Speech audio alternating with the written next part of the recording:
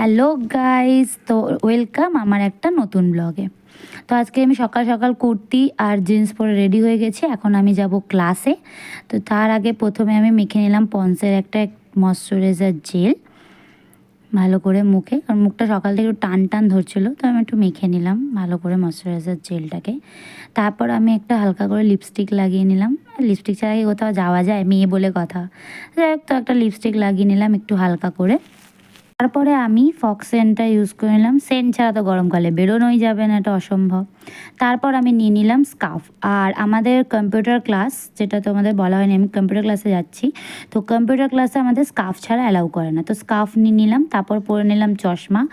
কম্পিউটারের এই আলো থেকে চোখকে আমাকে বাঁচিয়ে দেবে, নাহলে আমি তাড়াতাড়ি অন্ধ হয়ে যাব। তো নিয়ে নিলাম চশমা, তারপর নিলাম একটা রুমাল, আর তারপর পরলাম আই কার্ড ক্লাসের। আর লাস্টে আমি নিয়ে নিলাম হচ্ছে হেডফোন। এটা ছাড়া তো আমি রাস্তায় যেতেই পারি না।